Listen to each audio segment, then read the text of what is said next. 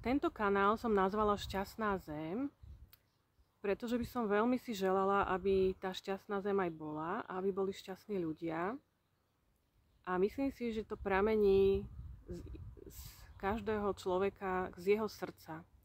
Ako hlboko vie ísť do tej svojej duše, do svojho srdca, ako veľmi vie byť autentický a prirodzený a aké vzťahy vie naväzovať, aké hlboké vzťahy, priateľské alebo partnerské.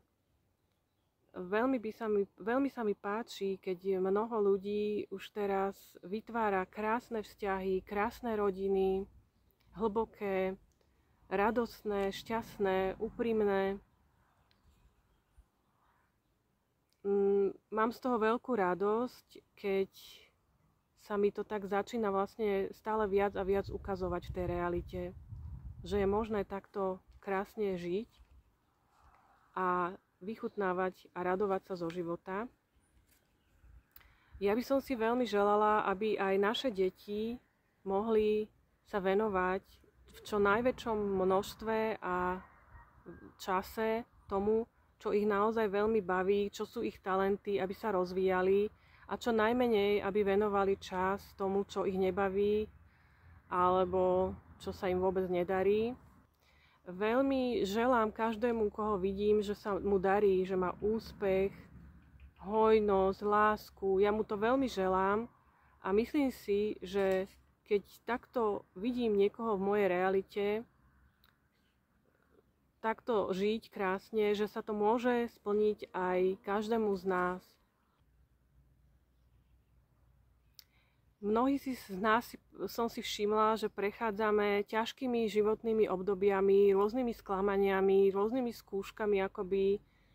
A keď vidím tých niektorých ľudí, ktorí dokázali prejsť už na úplne inú úroveň vedomia a automaticky a prirodzene sa im všetko priťahuje, tak to je pre mňa hnací motor, je to pre mňa taká nádej a takisto aj ja sama som prešla ťažkým obdobím a momentálne sa cítim úplne voľne, prirodzene, plne, naplnene, šťastne, stále viac a viac a teda verím, že mi to aj vydrží, keď nie navždy, tak aspoň veľmi dlho. Verím, že keď vypúšťam rôzne negatívne pocity, strachy zo seba, a mám plnú dôveru v to, že akoby bude o mňa postarané. Samozrejme je potrebné urobiť aj nejakú akciu a niečo pre to urobiť, ale ten impuls príde možno aj sám od seba. Tá intuícia vlastne človeka vedie, čo má práve vtedy urobiť, aké kroky.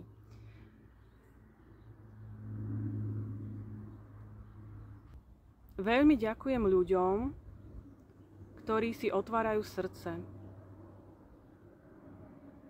ktorí sú úprimní, čestní